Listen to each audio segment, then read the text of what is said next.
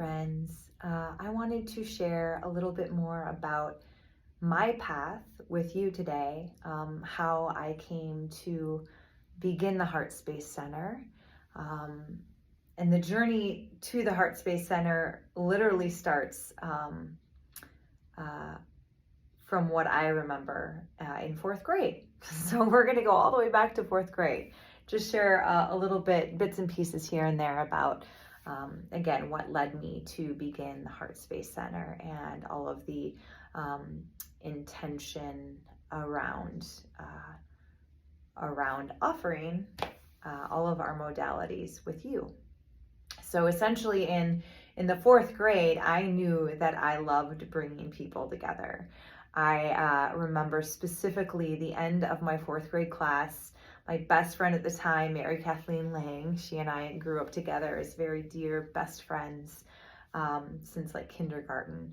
And she and I were in the same fourth grade class, and we thought, this year's been such a good year. We should celebrate it. Like our entire class, we should just celebrate together this great year that we've had. At least that's how Mary and I felt. I don't know how our classmates felt about the year, but we felt it was deserving of a celebration. So we asked our fourth grade teacher, Mrs. Ohado, if we could please organize a celebration, a party for the class with pizza and activities and games and all sorts of fun stuff. And so we did. That was the first event to my memory outside of like birthday parties that, my parents probably like helped me plan, that I took the initiative with my very best friend at the time. We took the initiative together to host this event. We had specific games planned. We had all of the necessary items that we needed for those games. We ordered those like back in the 90s. They were those foot-long pizzas from like, I don't know, Little Caesars or Pizza Hut or something, but they started coming out with these like foot-long pizzas at the time. It was like this big thing, and we had so many people to feed. So we got a bunch of foot-long pizzas and just had a good old time celebrating. And I remember it just felt so good to see everybody enjoying the celebration. It was a time away from, class time. We were all together, but we were just having fun. I know we played some, I think softball outside, and I think we did like potato bags, like races, I think, if memory serves correctly. It was all a bunch of outdoor activities. Anyway, felt really good to bring people together. Really good to see people enjoying just having fun, being with each other, and sharing memories, creating memories. And then fast forward quite a bit to my post-college life. I ended up in Washington, D.C., and I ended up becoming an event planner. And I did, most of the events I planned were for, I started at a consulting company, woman-owned consulting company, and we worked mostly with nonprofits. So lots of nonprofit fundraising, and in DC, where it's this kind of stuff is like very flashy. It's usually like black tie gala fundraisers. I worked long hours at a lower pay than what it was my first job out of college. So right, it's like in the big city, DC. I had just moved there, loved it, but you're hustling, you're doing a lot of hustling. It's a lot of hard work, and despite the hard work, I did burn out in that job pretty quickly, but it was so exciting too to like see people coming together specifically for these causes, these nonprofits that we worked in, wanting to raise money to help the cause that they were standing by. These like, various board of directors groups I would work closely with in planning these events, figuring out strategically the right people to bring into the space to not only help raise money, but increase the awareness about the cause, and to just see all of that passion come together. Sometimes it was challenging with different personalities. That's like part of life, right? And really beautiful to see all of those people working together for a cause. And then of course that cause was people came together in that final event that we were planning, right? That typically, in my experience, black tie gala in that experience. So also fun to see people coming out dressed to the nines. Sometimes there would be live auctions where people were throwing up paddles left and right for different prizes that they'd win, but also like all that money was going to something bigger, right? To a cause, to help to help others, people, animals, organizations, things that were doing good. So that was always really neat to see. I burned out fairly quickly because it was a lot of long hours, not the greatest work-life balance, specifically for me in my life at that time. I just didn't have the tools I have now to know, like, oh, boundaries, this is too much. So like finding balance wasn't my forte at the time. I'm still working on it now. But so instead of trying to find an equilibrium, a balance that felt right, I was just like, I can't do this. It's too much, right? It's just too much. So like one extreme or the other, I gotta get out.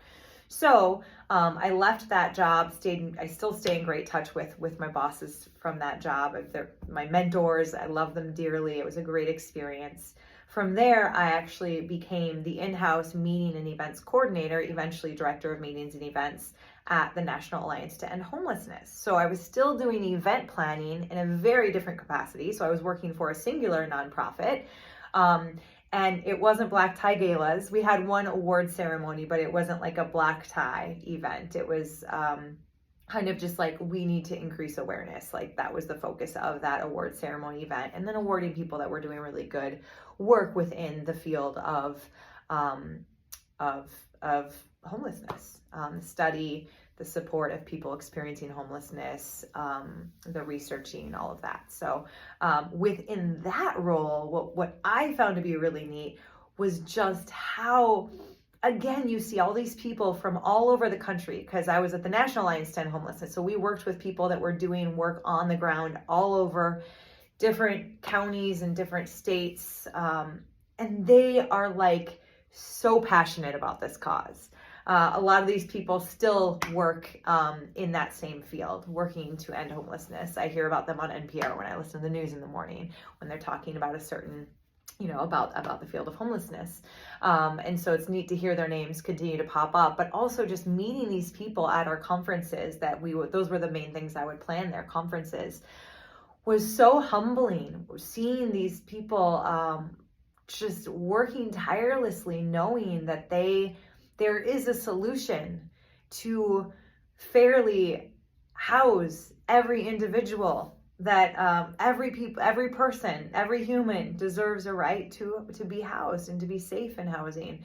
And often in those conferences, I would have people that I had been emailing with, as the event person. I'd been emailing with them before the event. They'd come over and just so much gratitude. Thank you for all your help. I'm so excited to meet you. I'm so grateful for everything that you're doing. And I'm like, I'm just coordinating the event. You're the one doing the work on the ground, right? But just like this love, this passion to like really see this change in the world, and to ensure that as many people as want, because not everyone wants to be in housing. I learned while I was there, this is not something everybody desires. And for those that do desire it, they deserve a right to be safely housed. To see these people working tirelessly and expressing so much gratitude at the same time as they're doing all of this hard work was just like really refreshing. It was a very different from, black tie galas where you're working with these like high-end board members, which was also really neat. It's just night and day different. It's just different, right? Everything is just different. There's no better or worse, no right or wrong, just different. And so each experience was really special. I was at the National Alliance to End Homelessness, I think for about 7 or 8 years. And then my husband and I chose to he took an expat assignment in Taiwan. So I said to my boss at the Alliance, I said, I can totally do this job from Taiwan. And she just kind of laughed. She's like, we love you, but you're moving on and that's okay, right? I really didn't want to leave that job. I loved it very much. And so in Taiwan, I had to quit my job. I was able to start my own event consulting thing where I was working with event planners around the world on hotel contracting. So hotel negotiations, contracting with the hotel that the client wanted to host their meeting or event in. And so I was able to utilize my skills within event contract negotiation that I had been practicing throughout my, decade in the events industry, and work events in that way. So more from like a contract negotiation point of view. And it was really neat because I was able to learn about, I did focus on nonprofit because that was what my background was in. And that's where I felt I thrived. But yeah, so I just built my own business within this umbrella business that I had been actually working with as a client before I moved to Taiwan. So I was able to work within this umbrella company, but basically I was an independent consultant. So I grew my own business within that, and it became fairly successful. Did it throughout my 4-ish years in Taiwan, and then we repatriated back to the States, landed in this dear, beautiful Boise, Idaho, where we are today still. And then the pandemic hit. And people stopped having meetings and events. And that childhood dream in 4th grade of bringing people together and the experiences of actually doing that, it was no longer my reality.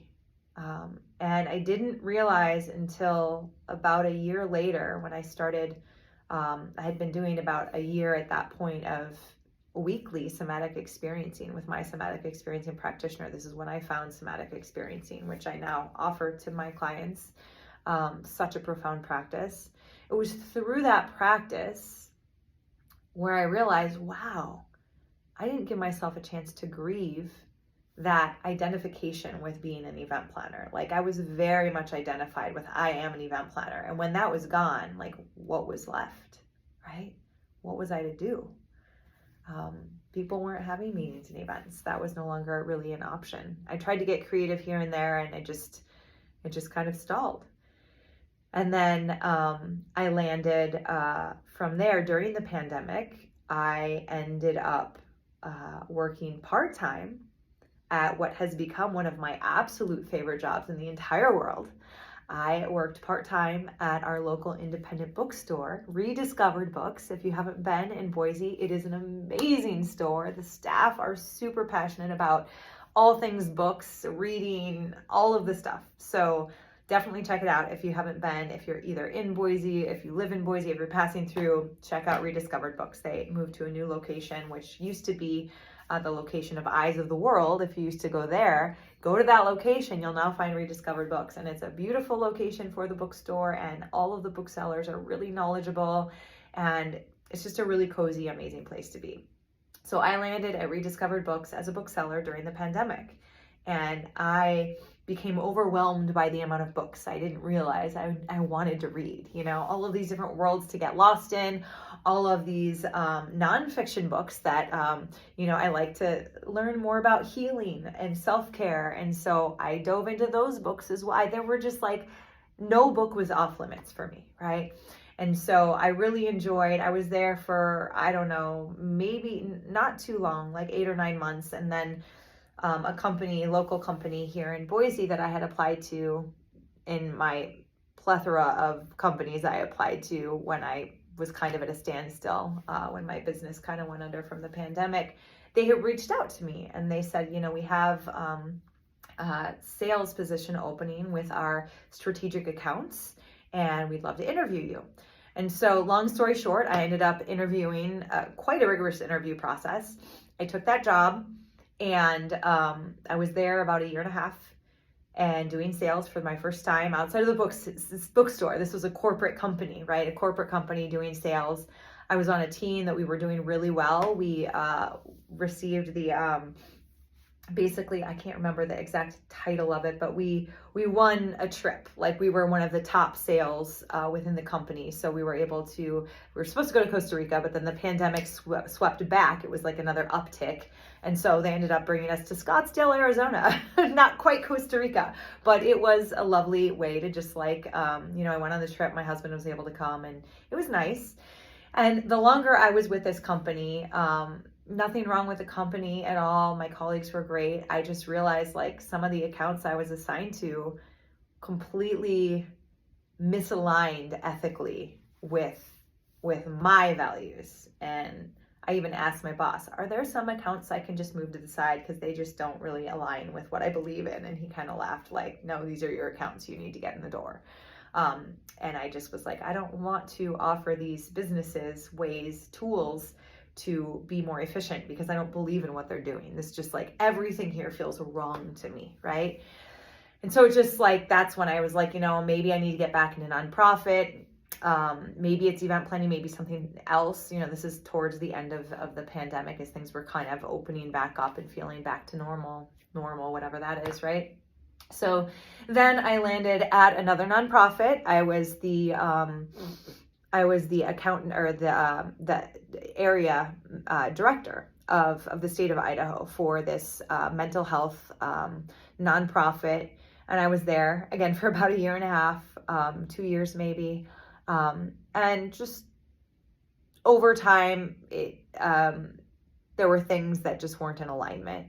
As I left that job, within months, my entire team had left, just to like name that. And so I was one of many people that it wasn't feeling right for. And so I just decided, this isn't working. What do I want to do, right? What do I want to do? And I had decided at that point that I want to create space holding for people, kind of in that way of like, I want to bring people together. That was the whole passion from 4th grade, bringing people together. When I went to college, initially I wanted to go for psychology, but in the cultural beliefs that I had grown up with, I didn't believe that, even though I wanted that, I didn't believe I could do that. I wasn't smart enough. I wasn't this enough. I wasn't that enough. I was like the bubbly event planner person, right? So psychology, I guess, even though it interests me, I guess I can't do that, right? So I didn't take that route, but through my practice of somatic experiencing, and through all that I learned through my 300-hour yoga teacher training program, which was also very life-changing in a beautiful way for me, which I took that training over 2 years during the pandemic. I found somatic experiencing during the pandemic, during my 300-hour yoga teacher training. I was like, I want to share this amazing healing modality with other people. It has completely rewired my nervous system in a way that people who hadn't seen me during the pandemic saw me, as we were coming out of our hiding places or whatever. And they were like, who are you? Like, what have you been doing? Somatic experiencing, that's it. Along with like other practices within my yoga practice, my breathwork practice, my chanting practice, all of the things. But the one very constant throughout that time for me, weekly somatic experiencing. And so I applied to become a somatic experiencing practitioner, to take the training. And I decided I was going to open the Heart Space Center so that I could be someone to hold safe space for people that are looking for that want to dive deeper within. So in a way, it's like, it's not event planning per se, but it's working with people to connect to their deepest self, to find that connection within through these different modalities. And that is like a gift that I feel like I receive from my clients that I work with, to see over time shifts and connection and release and just all the beauty that comes with these modalities. And it takes time, and it takes patience, and it takes dedication, and it's not easy. And so every person I work with, I am so commend them for showing up over and over again and for doing this work. And I love hosting events in the community where I put that little event planner hat on because I loved hosting events. I loved bringing people together. And one of my favorite parts was the production of the event, being a part in the creativity of, working with the floral vendor and deciding what colors to use, and working with the person that would put together the invitations and the save the dates. And I get to do all of that on my own now. It's like marketing specific, but it's within marketing. It's creativity, right? I get to be creative and expressive in that way. And then when I bring people together, if you've come to one of just a simple breathwork ceremony, becomes a little less simple, and I try to scale it back every time, but I just get really excited and I want to bring all the pretty things, the flowers. I want to build a beautiful altar for people to have that altar, that energy from whatever's at that altar space to be able to infuse into their practice so that they can receive all of that that potent energy that I'm infusing, that whatever deities I might bring in are infusing, love, protection, abundance, whatever it might be, right? It varies from time to time, season to season. But in this way, within the Heart Space Center, I really, really, truly enjoy being able to bring people together for a 2-hour breathwork ceremony where we're not just even connecting with our deepest selves, which we are. It's a great opportunity to do that. And it's a beautiful opportunity to see the other folks in the room showing up for themselves and then having time to share together, and noticing like we're not alone. We're all one. We all want the same thing: love, happiness, joy. Like that's, I think at the core, that's what we all want. Coming back home to that essence and that deep knowing inside, that when we get there, we're really truly connecting with the Heart Space Center, from my experience. So there you have it. I didn't mention any of like my yoga teacher training, but I did eventually through my life, I fell in love with yoga in around 2010. 2017, I did my 200-hour yoga teacher training program immersion in Goa, India. It was a 3-week teacher training program, full immersion. And then when we moved to Boise, in my head, I was like, I'm going to want to go back to India and do a 300-hour teacher training. But then I found the dear space of Sage Yoga and Wellness that was owned by my dear teacher and friend, Marissa Rado-Wepner, who I didn't know at the time, but I saw the advertisements for the teacher training programs, and I saw all of the different teachers and the offerings that were going to be included in the teacher training. And I was like, you know what? I think I might want to do my 300-hour teacher training here in Boise. That's weird. I never thought I'd want to do that.